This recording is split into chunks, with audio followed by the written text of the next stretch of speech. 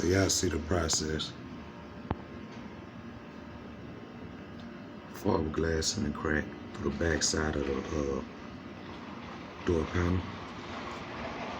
Right where my C-clamp is at, take that off and just giving it strength so I can, I'm a fiberglass resin all that too, as well.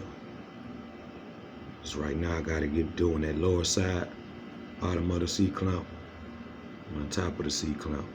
And I'm gonna move the C-clamp, do one more strip straight in the middle, give it some more coats, give it more strength.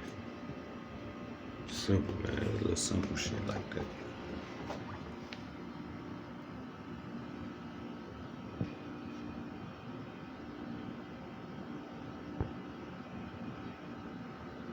There you go, y'all see that crack.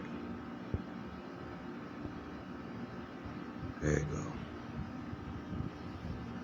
I'll fill that in, body work that, sand it down, and we'll be done.